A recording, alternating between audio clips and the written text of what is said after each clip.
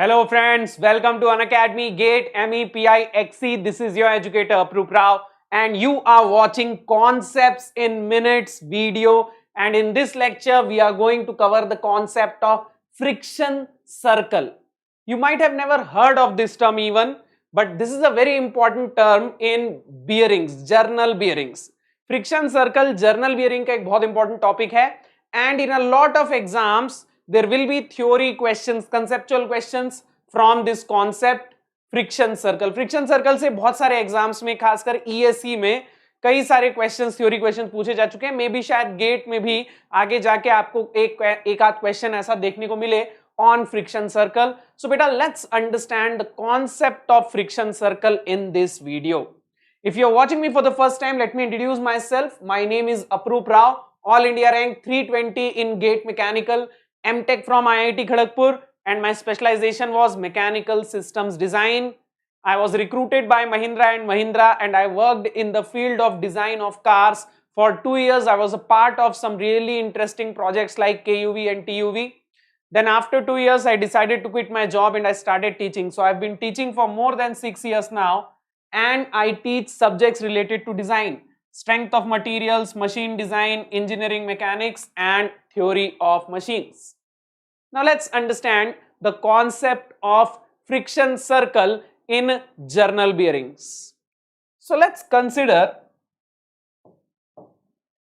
a journal bearing. Let's say this is the bearing, and inside this bearing there is a journal, and let's assume that right now the journal is at rest.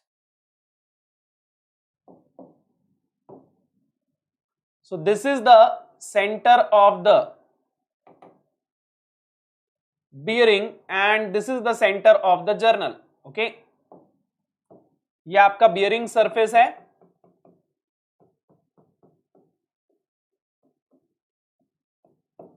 और ये journal है, और journal अभी rest पे है. The journal right now is at rest. तो अगर journal rest पे है then it will be in direct contact at this point. Okay, तो if I draw the free body diagram of the journal, what am I going to get? There is a W load, weight acting on, sorry, not weight, the W load acting, radial load acting at the center of journal. Journal के ऊपर, journal is nothing but shaft. Okay, तो shaft के ऊपर एक radial load लग रहा है downward direction में, and in order to support this load there will be a normal reaction N. Okay, तो बेटा इस केस में जर्नल जो है वो रेस्ट पे है. Okay, now let's imagine that the journal starts rotating. अब imagine करते हैं कि जर्नल जो है वो धीरे धीरे रोटेट करना स्टार्ट होता है.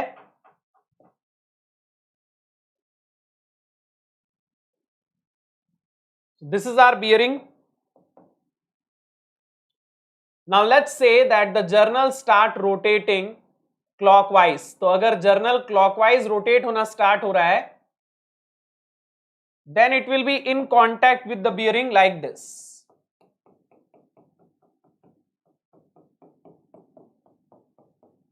So this is the center of journal, this is the center of bearing.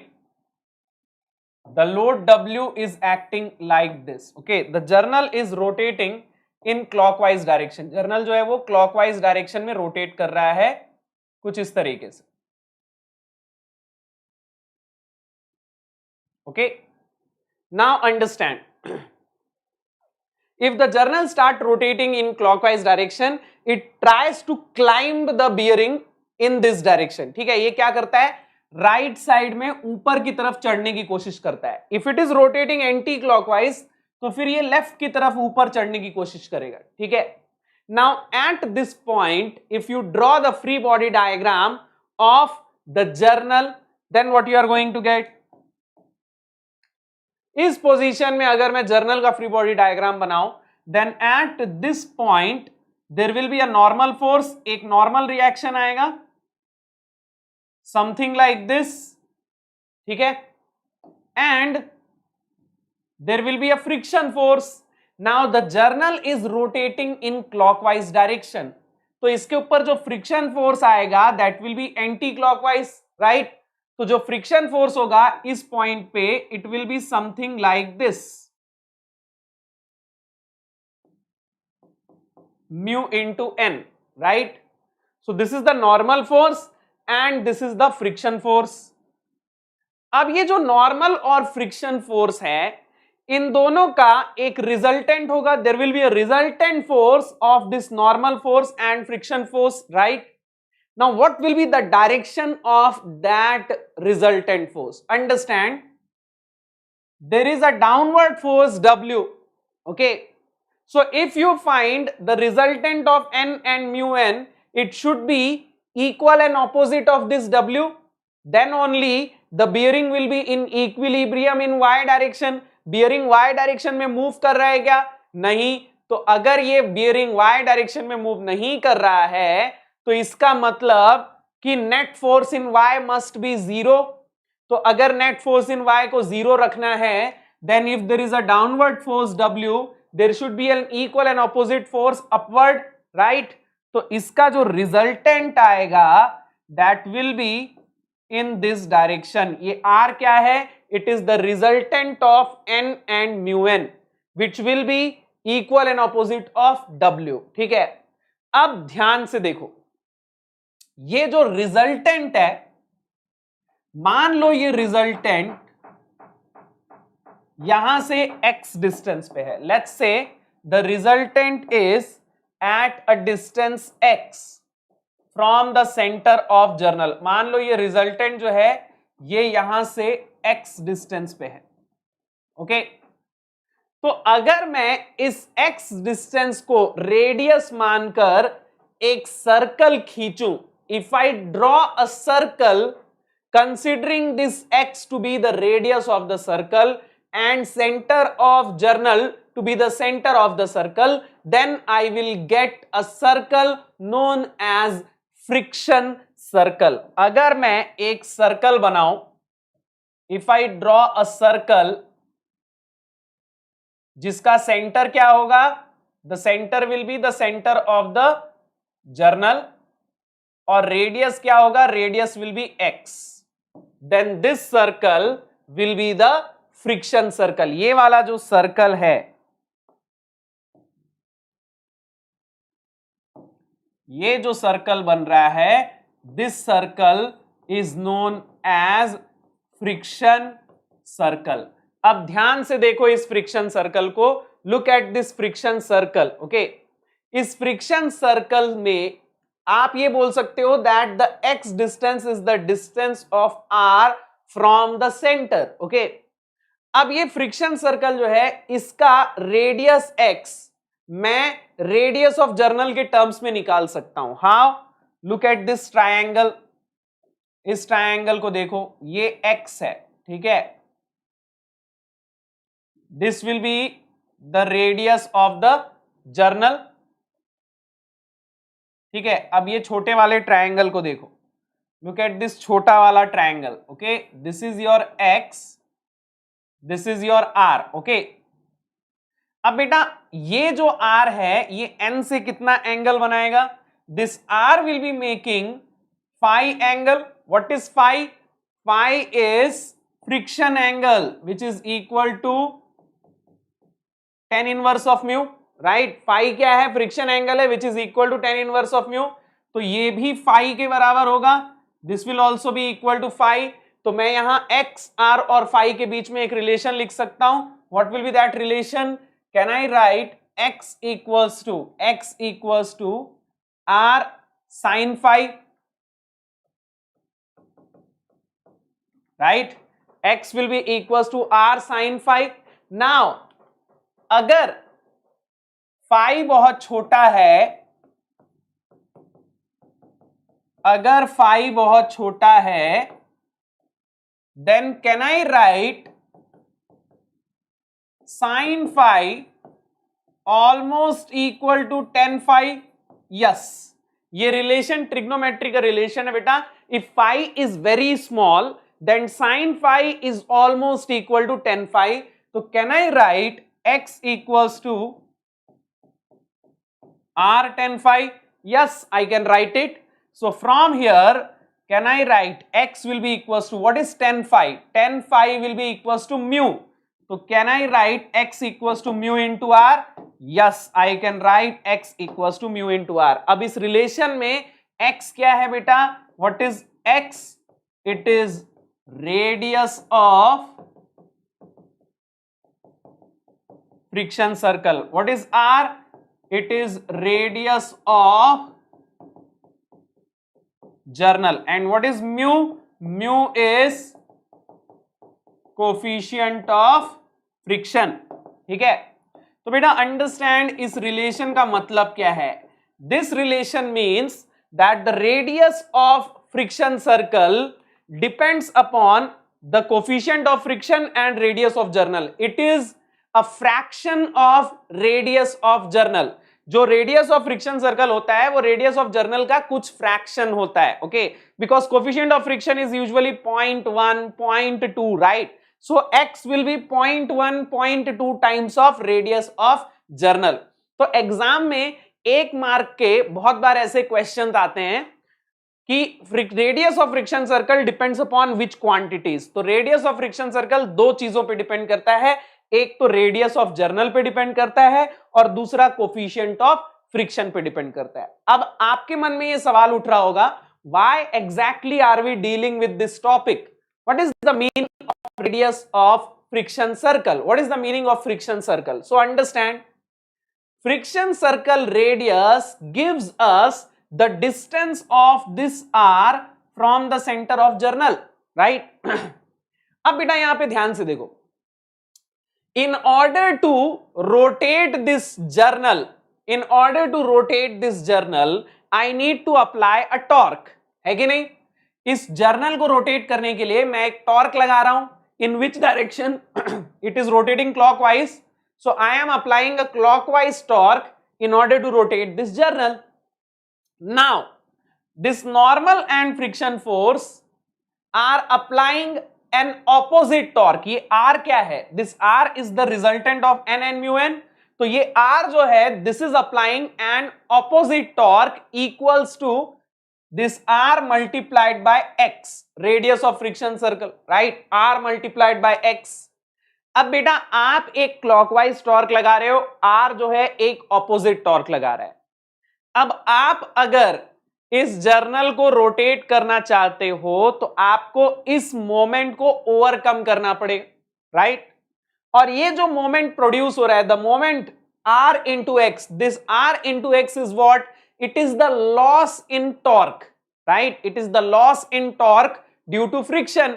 इतना टॉर्क जो है वो लॉस हो रहा है, इतना टॉर्क जो है वो इस जर्नल को उल्टा घुमाने की कोशिश कर रहा है. आप जितना भी टॉर्क लगा रहे हो उसमें से इतना टॉर्क जो है वो सब्ट्रैक्ट हो रहा है इसको ओवरकम करने के लिए.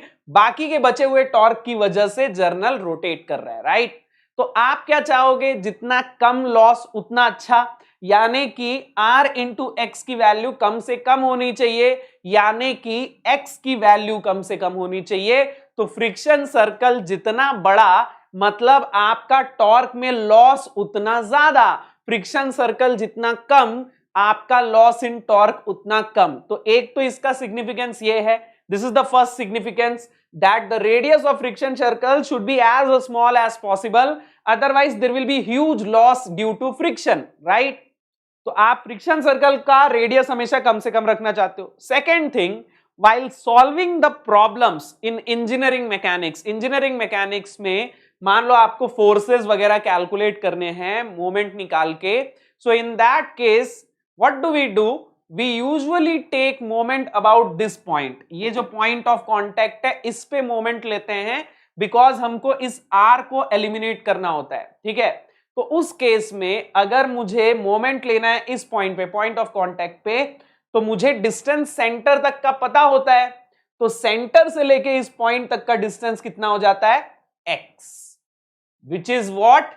Radius of friction circle. अगर आप moment लोगे कभी भी अगर आप कभी भी मोमेंट लोगे किसी क्वेश्चन में फोर्सेस वगैरह कैलकुलेट करने के लिए, हालांकि उस टाइप का न्यूमेरिकल आपको आएगा नहीं, लेकिन अगर मान लो कोई ऐसा न्यूमेरिकल है जिसमें मोमेंट वगैरह लेके मुझे फोर्सेस कैलकुलेट करने हैं, तो आप मोमेंट कहां लेते हो? यूजुअली हम सोचते हैं कि सेंटर पे मोमेंट लिया जाए, बट यहां पे इस केस में सेंटर पे मोमेंट नहीं लेते, हम इस पॉइंट पे मोमेंट लेते हैं, क्योंकि हमको ये r एलिमिनेट करना होता है। तो इस r को एलिमिनेट करने के लिए एट पॉइंट ऑफ कांटेक्ट हम जब मोमेंट लेते हैं तो हम सेंटर से लेके यहां तक का डिस्टेंस कितना लेते हैं? x, और x की वैल्यू हम कैसे निकालते हैं? x will be equals to mu into r। Okay, so बेटा this is the significance of friction circle. इसका रेडियस जो है, एक चीज वो हमको बताता है कि कितना लॉस हो रहा है टॉर्क का, और दूसरी चीज अगर आप न्यूमेरिकल बनाने के लिए डिस्टेंसेस लेना चाहते हो तो पॉइंट ऑफ कांटेक्ट से सेंटर तक का डिस्टेंस कितना हो जाता है? Equals to x, which is equals to what? mu times of r. So this is radius of friction circle, जिसके ऊपर आपको एक आध मार्क का क्वेश्चन आ सकता है। ठीक है, इस फॉर्मूले के ऊपर आपको एक आध मार्क का क्वेश्चन आ सकता है। So you need to understand this concept. Okay, अब बेटा इसके जैसे और भी बहुत सारे कॉन्सेप्ट्स हैं, अगर आप समझना चाहते हैं, अगर आप मुझसे strength of material, machine design, theory of machine, engineering mechanics, इन सारे सब्जेक्ट्स के वीडियो लेक्चर्स देखना चाहते हैं तो बेटा आपको और कहीं जाने की जरूरत नहीं है, आपको मेरे लेक्चर सर्च करने की भी जरूरत नहीं है। You will find all my free lectures and the notes of those lectures at one place, tinyurl.com/approve10। आप किसी भी वेब ब्राउजर पे चले जाओ, go to any web browser and just type this tinyurl.com/approve10 and you will go to this page where you will find the folders of these ebooks and you will also find these Excel sheets. In these Excel sheets you will find the links of all my classes, all my free video lectures and the links of all the PDF notes of those lectures. आपको उन lectures के free lectures के links भी मिल जाएंगे और उनके notes के links भी मिल जाएंगे, completely free of cost and that too in well organized manner। आपको पूरा ऑर्गेनाइज किया हुआ ये एक्सेल शीट मिल जाएगा। ओके, एंड अगर आप मेरी आगे आने वाली क्लासेस के बारे में जानना चाहते हैं, if you want to know about my upcoming classes, then just follow this telegram channel. Go to telegram app, search Approve10, follow this telegram channel. You are going to find the links of all my classes and notifications of my classes। और अगर आप हमारे साथ एक structured course में पढ़ना चाहते हैं, if you want to study in a structured course with us, then just take Unacademy plus subscription. Now Unacademy plus subscription में what you are going to get, you are going to get on time classes, daily assignments, question bank, weekly quizzes, online test series, doubt clearing sessions, personal guidance, notes, choose your own educator। You will find the freedom of choosing your own educator। There are multiple educators for each and every subject, तो आप select कर सकते हो आप किस educator से पढ़ना चाहते हो। There are multiple batches, आप सेलेक्ट कर सकते हो आप किस बैच में पढ़ना चाहते हो। आप इवन एक से ज्यादा बैचेस में, गेट की बैच में पढ़ सकते हो, ईएससी की बैच में पढ़ सकते हो, गेट और ईएससी दोनों की बैच में पढ़ सकते हो। तो इतनी फ्लेक्सिबिलिटी आपको मिलती है when you take Unacademy plus subscription. Subscription की कॉस्ट क्या है? This is the cost of 1 year, 1.5 year and 2 year subscription after using a referral code. आप ये वाला रेफरल कोड यूज कर सकते हो जिससे आपको 10% ऑफ मिल जाता है। और अगर आप ये रेफरल कोड यूज कर रहे हो तो आपको 10% डिस्काउंट के अलावा मिलता है मेरा पर्सनल गाइडेंस। देखो, रेफरल कोड का मतलब है आप मेरे रेफरेंस से अनअकैडमी प्लस ज्वाइन कर रहे हो, यानी आप मुझ पे भरोसा करके अनअकैडमी प्लस ज्वाइन कर रहे हो, तो मेरी जिम्मेदारी बनती है इतनी कि मैं आपका ध्यान रखूं, आपकी प्रिपरेशन का ध्यान रखूं। So I will be your guide throughout your preparation if you are using this code Approve10। Okay, आप इस सब्सक्रिप्शन को EMI पे भी ले सकते हो। 1 year से लेके 2 year तक की EMI अवेलेबल है विदाउट एनी एडिशनल कॉस्ट। बिना किसी एडिशनल कॉस्ट के आप EMI पे इस सब्सक्रिप्शन फी को ले सकते हो। आप अनअकैडमी का आइकॉनिक सब्सक्रिप्शन भी ले सकते हो 1 year या 2 year का, जिसमें आपको एक पर्सनल कोच, एक पर्सनल गाइड मिलता है। अब पर्सनल कोच का काम क्या होता है? Personal coach takes care of your entire schedule, takes care of your study material, takes care of your test analysis, आपका टेस्ट एनालिसिस करके देगा, आपका पूरा शेड्यूल बना के देगा, स्टडी मटेरियल प्रोवाइड करेगा। तो उसका काम रहेगा कि आपको पर्सनल बेसिस पे हेल्प करना। So if you want that, then take Unacademy iconic subscription for 1 year or 2 year. Okay, now if you have any doubt regarding Unacademy Plus subscription or regarding your preparation in general, then you can always reach me on Unacademy app. आप Unacademy app पे मुझे message कर सकते हैं। My profile name is Apuroop, APUROOP. Okay, now before leaving, don't forget to hit the like button, share the link of this session and subscribe to this channel. And if you have any more ideas on which you want me to make concepts in minutes videos, अगर आपके मन में भी कोई ऐसे concepts हैं या कोई ऐसे बहुत बेहतरीन questions हैं, कोई ऐसा physical significance जानने लायक topic है, तो बेटा आप जरूर comments में लिख के बताएं and I will try to make a video on that topic. Okay, so thank you so much for watching. I will see you guys in the next video. Till then, bye bye, take care.